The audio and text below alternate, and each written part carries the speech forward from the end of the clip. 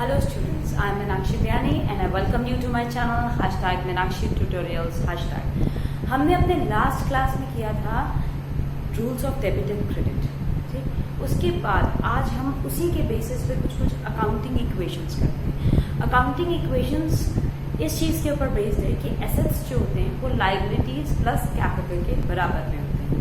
अब पहली बात, एसेट्स क्या होते हैं? एसेट्स होते हैं जो हमारे बिजनेस की चीज़ें होती हैं, जो हमारे बिजनेस के लिए बेनिफिशियल होती हैं, वो होता है हमारे एसेट्स। जैसे मेरे फर्नीचर, मेरे plant and machinery, stock, cash, ये सब चीज़ें हमारी एसेट्स हैं। और हमारा जो लाइबिलिटी होता है, यानी कि जो हमारी देनदारी होती है, हमें किसी न किसी को वो चुकाने हैं वो पैसे, आज नहीं तो कल। जैसे कि हमारे क्रेडिटर्स, हमारा लोन, हमारे बिल्स पेबल, ये सब चीज़ें क्या होती है, ये हमारे लाइबिलिटीज़ होती हैं। और कैपिटल भी हम liabilities side of the balance sheet पे शो करते हैं। ये बैलेंस शीट की डिटेल्स आपको फाइनल अकाउंट्स में भी बहुत काम आएंगी, जो कि हम बाद में करेंगे इस टर्म में नहीं। फिलहाल हम करते हैं अकाउंटिंग इक्वेशंस, जो कि हमारा 6th चैप्टर है क्लास 11th की अकाउंटेंसी के अंदर में। सबसे पहले हम करते हैं, पहली बात, assets equals to liabilities plus capital.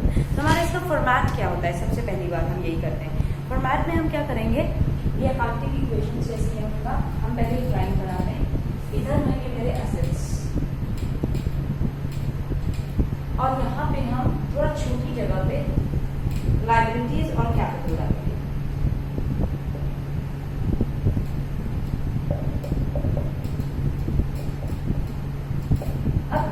मैंने आपको ये लाइन बना के इसलिए दिखाया ताकि समझ सकें कि एसेट्स का कॉलम थोड़ा बड़ा बनता है और लायबिलिटीज और कैपिटल का कॉलम थोड़ा छोटा बनता है। और बीच में हम जो लगाते हैं वो होता है इक्वल टू का साइन। रीजन ये है क्योंकि हम जब क्वेश्चंस करेंगे तो हम देखेंगे कि ज्यादातर एसेट्स ज्यादा होते हैं और लायबिलिटीज कम दी होती हैं। तो अब हम इनको करेंगे कैसे? इसका एक एग्जाम्पल दे करके मैं आपको करके बताती हूँ। जैसे मुकेश ने बिजनेस स्टार्ट किया कैश से, he started business with cash. तो सबसे पहले हम हेडिंग्स के हिसाब से आपको बताते हैं। जब हम कैश से बिजनेस शुरू करते हैं तो 2 अकाउंट्स पे इफेक्ट पड़ता है। पहली बात, हमने बिजनेस शुरू किया है तो हमारे पास कैपिटल आया है, ठीक है। मतलब कि कैपिटल इंक्रीज होगा लायबिलिटीज साइड पे और कैश इंक्रीज होगा असेट साइड पे। अच्छा, अब एक चीज ध्यान रखिएगा, कोई भी ट्रांजैक्शन हम करते हैं तो उसका 2 इफेक्ट होता है, कहीं पे भी हो। ये चीज मैंने आपको जब जर्नल का rules and debit and credit बताया था तब भी बताया था, और आज भी फिर से मैं आपको यही बता रही हूँ कि जब भी हमारा कोई ट्रांजैक्शन होता है तो वो कोई भी 2 जगह इफेक्ट करता है। तो सबसे पहली बात, अगर हमने बिजनेस स्टार्ट किया है कैपिटल से, ठीक है, तो कैश यहाँ पे लिखेंगे, कैपिटल हमारे पास ऑलरेडी है। स्टार्टेड बिजनेस विद कैश, मान लीजिए 80,000 से हमने बिजनेस शुरू किया, तो assets is equal to liabilities plus capital. एक लाइन हम यहाँ पे लगा देंगे ताकि हम अपने सारे ट्रांजैक्शंस नोट कर सकें। उसके बाद यहाँ पे हमारे पास आएगा कैश। यहाँ पे वैसे मैं ट्रांजैक्शंस लिखूंगी, जो कि आई डोंट थिंक सो लिख पाऊंगी क्योंकि बोर्ड पे जगह नहीं थी। तो हम बताते हैं आपको, यहाँ पे जैसे हमारे ट्रांजैक्शंस आते हैं एक कॉर्नर के अंदर में, मान लीजिए यहाँ पे जो सीरियल नंबर हमें क्वेश्चन में गिवन है उसके अकॉर्डिंग हम शुरू करेंगे। यहाँ लिखेंगे सीरियल नंबर, फर्स्ट है मेरा, फर्स्ट ट्रांजैक्शन है तो यहाँ पे आएगा मेरे पास में कैश। यहाँ क्या लिखेंगे, first transaction started business with cash. थोड़ा छोटा करके यहाँ पे मैंने आपको लिख के बताया कि इस तरीके से लिखते हैं। वैसे जनरली जो क्वेश्चन का स्टेटमेंट गिवन होता है उसके अकॉर्डिंग हम अपने आप लिख लेते हैं। तो मैं सबका बताती जाती हूँ और उसके अकॉर्डिंग हम आपका ये शो करते हैं कि कैसे लिखेंगे। यहाँ आएगा 80,000 और यहाँ कैपिटल के नीचे भी आएगा 80,000, ठीक। उसके बाद सेकेंड इक्वेशन है जैसे मेरा परचेज गुड्स फॉर कैश। अब गुड्स आता है तो कैश जाता है, तो यहाँ हम लिखेंगे स्टॉक, कितने का गुड्स आया, सेकेंड है परचेज गुड्स और कैश। कैश रिड्यूस होगा, मान लीजिए मैंने 20,000 की 28,000 की यूज के लिए, 28,000, ठीक। अब नेक्स्ट में हम क्या करते हैं, हम पहले एक पूरी बड़ी लाइन लगाएंगे, 80 में से 28 माइनस होगा और यहाँ पे 28,000 आएगा, तो ये आएगा मेरे पास में 52,000। अब मेरा थर्ड एंट्री, मान लीजिए मैंने फर्नीचर परचेज किया है कैश से, तो यहाँ पे purchase furniture for cash, purchase furniture for cash, इसमें क्या आएगा, मान लीजिए 6,000 का यहाँ पे फर्नीचर आएगा,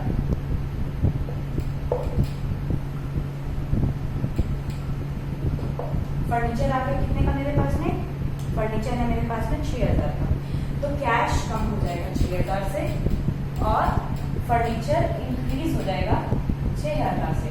once again the same thing, हम पूरी एक लंबी लाइन बनाएंगे, 52 माइनस 6,000 यानी कि यहाँ पे आ जाएगा 46,000, ये एज इट इज 28,000 और यहाँ पे फर्नीचर आ गया मेरे पास 6,000 का। अच्छा, आप एक चीज यहाँ पे ध्यान से देखिए, ये आया, इसका इफेक्ट 80,000 है। अब हर चीज का हम साथ के साथ इसको देखते हुए चलते हैं। अब इसका देखिए आप, 52,000 80,000, यहाँ पे 80,000 मेरा एज इट इज आएगा, ठीक है, और यहाँ पे भी ये 80,000 ही है, क्योंकि हमने अभी यहाँ पर अगर प्लस माइनस करके देखिए तो वो सेम चीज ही है, ठीक। देखिए 46 प्लस 28 प्लस 6, ये क्या आ गया, 80,000 ही रहेगा, ये चेंज नहीं होगा। कभी भी हम करके देखेंगे तो ये वाले साइड का टोटल और इस वाले साइड का टोटल हर बार सेम चलना चाहिए। अब मान लेते हैं हम कि हमने कमीशन रिसीव किया, तो सेम तरीके से कमीशन रिसीव्ड, और कमीशन कितने का रिसीव किया है हमने, मान लीजिए हमने 500 रुपए का कमीशन रिसीव किया है, तो यहाँ पे आ जाएगा प्लस 500 और माइनस, हाँ प्लस 500 कैश आ रहा है। अब कमीशन आप देखिए किसी हेडिंग में नहीं जाता, तो ये 500 रुपए कहाँ जाएंगे, यहाँ जाएंगे 500 रुपए कैपिटल में। अब एक चीज और ध्यान रखने की है, रेंट, कमीशन, ये सैलरी पे करी, ये असेट्स के अंदर में सिर्फ कैश पे इफेक्ट करता है। सेकेंड इफेक्ट जिसका हमें कहीं नहीं पता है कि कहाँ इसका सेकेंड इफेक्ट जाएगा, वो चीज कैपिटल पे इफेक्ट करेगी। जैसे अगर मैंने सैलरीज पे करी तो मैं यहाँ से कैश माइनस करूंगी और यहाँ से कैपिटल माइनस करूंगी। अभी मेरे पास कमीशन आया, तो यहाँ मैंने 500 रुपए कमीशन का प्लस में कैश में शो किया, और वहां मैंने लाइबिलिटी साइड पे कैपिटल के अंदर में ये पैसे ऐड कर दिए। तो इस तरीके से हम इसके अंदर में चलते हैं। अब मान लेती हूँ मैं कि यहाँ पे एक और, मैं अगर मान लीजिए ड्रॉइंग्स कर, ठीक, अब मैं इसका टोटल नहीं करके दिखा रही हूँ आपको, यहीं से ही मैं आपको बता देती हूँ। मान लीजिए मैंने यहाँ पे मैंने क्या बोला था आपसे कि सैलरीज निकालती है, सैलरीज यहाँ से माइनस होंगी, उधर कैपिटल से माइनस होंगी। अगर मैंने ड्रॉइंग्स अगर मैंने करनी है, तो ड्रॉइंग्स यानी कि मैंने कैश विड्रॉ किया, कैश में से माइनस होगा, सेकेंड आइटम कैपिटल में से माइनस होगा। अगर मान लीजिए मैंने एडिशनल कैपिटल लेकर के आई हूँ, तो वो भी कैश में प्लस होएगा और कैपिटल में प्लस होएगा। अब मान लेती हूँ मैंने गुड्स जो है वो उधार पे परचेज किए हैं, अभी मैंने उसका पेमेंट नहीं किया है। इन दैट केस सपोज करके मैंने 30,000 रुपीज जो है उसके गुड्स परचेज किए ऑन क्रेडिट, तो 30,000 मेरा स्टॉक इंक्रीज हो जाएगा, लेकिन क्योंकि मैंने क्रेडिट पे परचेज किया है इसलिए सेकेंड इफेक्ट क्या रहेगा मेरा, यहाँ पे मैं हेडिंग डालूंगी क्रेडिटर्स, और मेरे क्रेडिटर्स यहाँ पे इंक्रीज हो जाएंगे, 30,000 से मेरे क्रेडिटर्स इंक्रीज हो जाएंगे। इस तरीके से हम इसमें आगे बढ़ेंगे। नेक्स्ट होता है जैसे अगर मान लीजिए मैंने पेमेंट कर दी किसी क्रेडिटर का, जिसका ये था उसका मैंने पैसा चुका दिया, मान लीजिए मैंने पूरा पैसा नहीं दिया, सिर्फ 15,000 रुपये उसको पे कर दिए, 15,000 जो मैंने उसको पे किए हैं कहाँ से पे करूंगी, कैश से, तो मेरा कैश 15,000 से रिड्यूस हो जाएगा और यहाँ पे मेरे क्रेडिटर भी 15,000 से रिड्यूस हो जाएंगे। समझ में आ रहा है? हर आइटम को मैं कवर करने की कोशिश कर रही हूँ अपने इस छोटे से वीडियो के अंदर में, इसीलिए टोटल आप भी जानते हैं, अब आप 11th स्टैंडर्ड में हैं, टोटल आप कर सकते हो इसका। It's very simple, her column का टोटल होगा और असेट्स और लायबिलिटीज इक्वल आनी चाहिए एवरी स्टेप पे। लेकिन जो अलग अलग तरह के ट्रांजैक्शंस होते हैं वो हम कैसे करेंगे, वो मैं आपको इस वीडियो में बता रही हूँ। पूरा फुल फ्लैश्ड एक क्वेश्चन करूंगी, बहुत सी चीजें होंगी जो छूट जाएंगी, फिर आपको फिर दिक्कत होगी कि वो हम कैसे करेंगे। एक और एग्जाम्पल लेकर के मैं आपको बताती हूँ।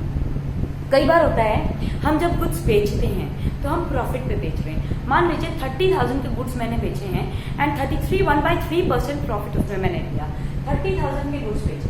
तो पहली बात यहाँ पे एंट्री आपको पता है, गुड्स सोल्ड फॉर कैश करके मैं उसको दिखा दूंगी, ठीक है। Goods sold on credit, cash में नहीं, मैंने अभी उधार पे माल बेचा है, सामने वाले बंदे ने मुझे अभी उसके पैसे नहीं दिए हैं, तो गुड्स सोल्ड, मान लीजिए कोई डेटर का नाम मैं यहाँ डालूंगी, तो यहाँ एक आइटम क्या बढ़ जाएगा मेरा, डेटर्स बढ़ जाएगा। अब गुड्स बेच दिए, मान लीजिए मेरे पास पहले से 50,000 के गुड्स थे, उसमें से मैंने 30,000 के गुड्स बेचे। अगर कैश पे बेचती तो 30,000 यहाँ माइनस होते और 30,000 ही यहाँ माइनस होते। अगर कैश पे मैं गुड्स बेचती, goods sold for cash, goods sold for cash. लेकिन अगर मान लीजिए कि मेरे पास, और यहाँ पे मैं मान लेती मेरे पास 1 लाख रुपया जो है वो कैश, तो अब यहाँ पे मेरे पास कितना बच गया 70,000, और यहाँ से भी 50 में से 30 है 20,000। अब मान लेती हूँ मैं गुड्स मैंने क्रेडिट पे बेचे और 30,000 के गुड्स मैंने क्रेडिट पे अगर बेचे तो मैं क्या करती, तो यहाँ पे ये कैश का ट्रांजैक्शन नहीं होता। 30,000 की गुड्स हैं क्रेडिट पे बेचे, कैश पे नहीं बेचे, क्रेडिट 30,000 यहाँ पे और 30,000 के मेरे डेटर्स इंक्रीज करते हैं। अब नोटिस करना प्लस माइनस कैंसिल हो गया, यानी कि इसका जो टोटल है वो अभी भी इक्वल ही चलेगा। एक मैं आपको बता देती कि मान लीजिए गुड्स आपने प्रॉफिट पे बेचे हैं और क्रेडिट पे भी बेचे हैं, हम दोनों ही चीज मान के चलते हैं, ठीक है। जैसे अब 30,000 के गुड्स थे, उसको आपने 33 1/3% प्रॉफिट पे बेचा। 33 1/3 आते ही लगता है ना, कैसे सॉल्व करेंगे उसको। 33 1/3 का मतलब वैसे क्या होता है, 33 3 99 प्लस 1 100 अपॉन में 3। 33 1/3% का मतलब होता है 100 अपॉन में 3%। हमने पिछले 10th तक के जो क्लासेस करे थे उसमें क्या पढ़ा था, परसेंट का मतलब क्या होता है। परसेंट का मतलब जब मैं ये साइन हटाती हूँ तो नीचे की तरफ 100 लग जाता है, ये और ये कट जाएगा, कितना बचा 1/3। यानी कि 33 1/3 जब भी आता है तो कंफ्यूज होने की जगह डायरेक्टली हम ये क्या करेंगे कि 1/3 कर देना, जितने का गुड्स दे रखा है। मैं 30,000 का गुड्स बेच रही हूँ, उसका 1/3 यानी कि 10,000 रुपया मेरा प्रॉफिट है।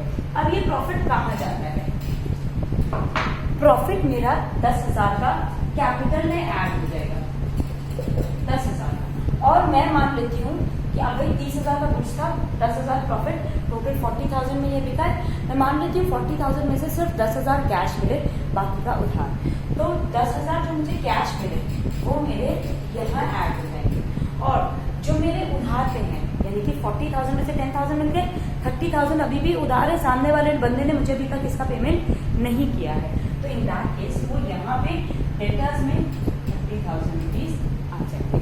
तो इस तरीके से मैंने ऑलमोस्ट कोशिश ये करी है कि इस छोटे से वीडियो में मैं आपके सारे जो अलग अलग तरह के क्लॉजेस आते हैं जब हम इनको पढ़ते हैं तो वो कवर कर दूँ। एक आता है जैसे कोई भी एक्सपेंसेस है वो आउटस्टैंडिंग है। आउटस्टैंडिंग कोई भी एक्सपेंस होता है वो मेरी लायबिलिटी होती है, ठीक है। कोई भी आउटस्टैंडिंग एक्सपेंस क्या होता है, वो मेरी लायबिलिटी होती है। फॉर एग्जाम्पल आउटस्टैंडिंग का मतलब क्या होता है, पहले मैं आपको ये बता देती हूँ। आउटस्टैंडिंग का मतलब होता है कि अभी मेरा उसका पेमेंट होना बाकी है, उसका मैंने अभी पेमेंट नहीं किया है, वो मेरा एक्सपेंस है लेकिन अभी मैंने उसका पेमेंट नहीं किया है, तो उसको हम कैसे डील करेंगे। तो मैंने क्या कहा, आउटस्टैंडिंग एक्सपेंसेस। आउटस्टैंडिंग एक्सपेंसेस मैंने क्या बोला था कि लायबिलिटी होती है, यानी कि लायबिलिटी साइड पे मान लेती हूँ आउटस्टैंडिंग रेंट है, आउटस्टैंडिंग रेंट, और ये मान लेती हूँ कि 2,000 का है। तो उसका क्या इफेक्ट होगा आउटस्टैंडिंग रेंट का, मैंने क्या कहा था, जिसका इधर तरफ कोई इफेक्ट नहीं पड़ रहा है, जिसका हमें सेकंड साइड नहीं पता, वो हम किस में डालते हैं, कैपिटल में। तो आउटस्टैंडिंग रेंट मेरा लायबिलिटी साइड पे हमेशा हम शो करते हैं। मान लीजिए 2,000 का मेरा आउटस्टैंडिंग रेंट था, तो आउटस्टैंडिंग रेंट करके 2,000 यहाँ शो करेंगे और 2,000 रुपया मेरा कैपिटल से माइनस होगा। हर एक चीज याद रखना, हर ट्रांजैक्शन के बाद हम टोटल करते हैं। हमारी बुक्स में ये चीज दे रखी है, हर ट्रांजैक्शन के बाद एक टोटल होता है, उसके बाद फिर हम उसको आगे कंटिन्यू करते हैं। तो सबसे पहली चीज हमने ये कर ली, ऑलमोस्ट आई थिंक प्रीपेड अगर है तो प्रीपेड मेरा असेट होता है। सेम तरीके से यहाँ पे एक हम हेडिंग डाल देंगे प्रीपेड करके, प्रीपेड एक्सपेंसेस, और यहाँ पे मान लीजिए 5,000 रुपए के कोई एक्सपेंसेस मैंने insurance premium paid in advance 5,000 किया था, तो यहाँ दूसरा इफेक्ट क्या होगा, 5,000 मेरा कैपिटल में ऐड हो जाएगा। तो ये इसके दोनों इफेक्ट मैं आपको हर ट्रांजैक्शन के बताते हुए चलती हूँ। तो ये ऑलमोस्ट मैंने हर तरह के ट्रांजैक्शन आपके कवर कर दिए। अगर गुड्स प्रॉफिट पे बिकता है, उधार पे बिकता है, हाफ कैश हाफ प्रॉफिट पे बिकता है, इस तरीके से तो सारे के सारे ट्रांजैक्शन हमारे इसमें कवर हो जाते हैं। जब हम इनका टोटल करेंगे तो ये कंप्लीटली एग्जैक्टली एकदम सही आएगा। अब मैं आपको इसका एक फुल फ्लेश्ड एग्जाम्पल करके बताती हूँ। ऊपर से मैं ये हेडिंग्स आपको नहीं लिख के दिखाऊंगी क्योंकि ऑलमोस्ट वही चीज है, गुड सोल्ड फॉर क्रेडिट, तो वो आप लिख दोगे। कुछ भी चीज जो क्वेश्चन के अंदर स्टेटमेंट दिया हुआ है एज इट इज भी उतार देते हैं तो वो गलत नहीं होता है। और आपको मैं पूरे पे कवर करके दिखाती हूँ, अदरवाइज क्योंकि बोर्ड पे ये पूरा आएगा नहीं। So let us suppose a person started business with cash 50,000 and goods worth rupees 20,000। तो सबसे पहले हम अपना ये फॉर्मेट बनाते हैं। कैसे बनाएंगे, यहाँ हम ऊपर लिखेंगे अकाउंटिंग इक्वेशन। अकाउंटिंग इक्वेशन लिखने के बाद में यहाँ लिखते हैं हम सीरियल नंबर, जो कि हमारा सीरियल नंबर है उसका ट्रांजैक्शन का। यहाँ हम लिखेंगे ट्रांजैक्शन, जो कि मैंने आपसे कहा था, मैं छोटा सा आपको लिख के दिखा देती हूँ। ट्रांजैक्शंस के बाद यहाँ होंगे मेरे एसेट्स और यहाँ होंगी मेरी लायबिलिटीज प्लस कैपिटल। सो सबसे पहला ट्रांजैक्शन है मेरा person started business with cash. So started business with cash and stock, दो चीजों से इसने बिजनेस शुरू किया है, कैश से और स्टॉक से। तो सबसे पहली चीज यहाँ आ जाएगी हमारे पास में कैश और यहाँ पे प्लस स्टॉक। कैश है मेरे पास में 50,000 और स्टॉक है 20,000। ये होता है मेरे पास capital 70,000। We will write it again, 50,000 plus 20,000 equal to 70,000। मेरा सेकेंड ट्रांजैक्शन हमसे कहता है bought goods for cash 15,000 and credit 15,000। bought goods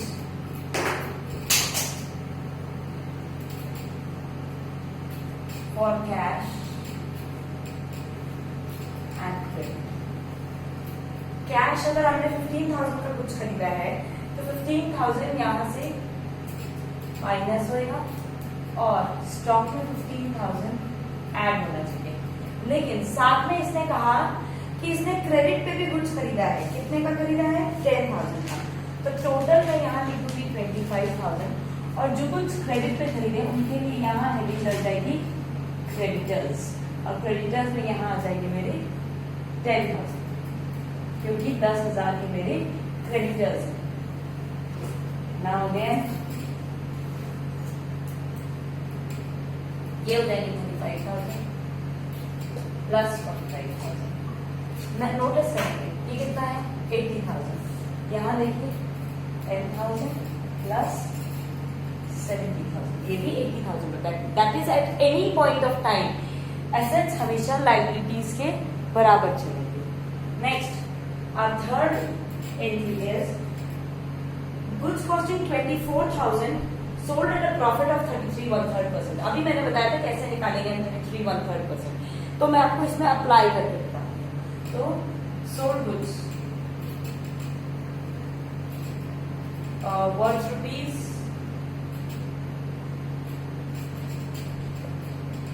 24,000 at 33 profit. जब हम बेच रहे हैं तो स्टॉक कम हो गए, यहाँ आएगा -24,000। 33 1/3 यानी कि 8,000 का प्रॉफिट है। 24,000 डिवाइडेड बाई 3 8,000। तो 8,000 का प्रॉफिट कहाँ जाता है? मैंने आपको बताया था कि वो हमेशा कैपिटल में ऐड हो जाता है 8,000 का प्रॉफिट। और अब मेरे गुड्स किस में बेचे थे मैंने? हाफ कैश में मान लेती हूँ और हाफ क्रेडिट में। तो 24 प्लस 8 कितना हुआ? 32। 32 में से 16,000 मेरे पास में कैश आ गए, तो रिमेनिंग 16,000 आ जाएंगे डेटर्स। 16,000 के हो गए मेरे पास में डेटर्स। अब हम इसको करते हैं, ये हो जाएगा 51,000, ये हो जाएंगे मेरे पास में plus 21,000 plus 16,000, this is equal to 10,000 plus 78,000।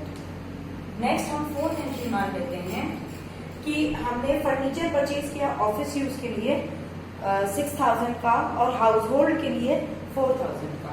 सो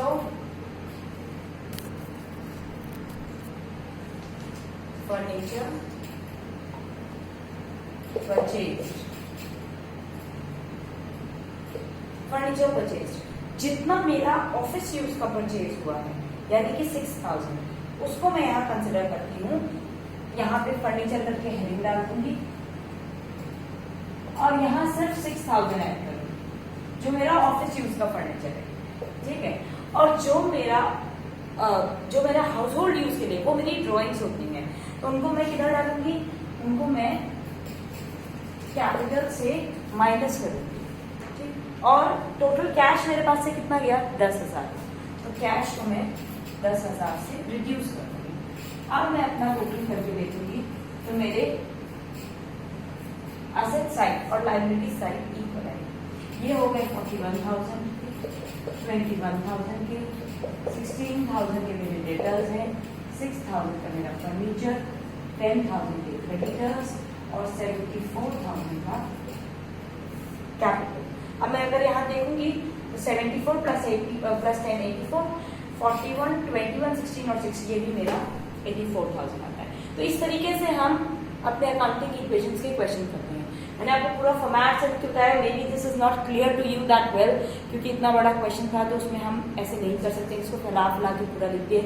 जगह को मैनेज करना बहुत अच्छे से आना चाहिए, ये ना हो कि यहाँ आपने जगह कम छोड़ दी, यहाँ ज्यादा छोड़ दी, अब घुसा के बिना क्लियरली कर नहीं रहे। अच्छे से साफ सुथरा सा क्वेश्चन इसी तरह से हमें करना चाहिए। So thank you. If you get my explanation, if my explanation is very clear, please like, share and subscribe my channel। and अगर आपको कोई भी extra questions मुझसे पूछने हैं आप comment box में बिल्कुल पूछ सकते हैं इससे। so thank you for today and goodbye।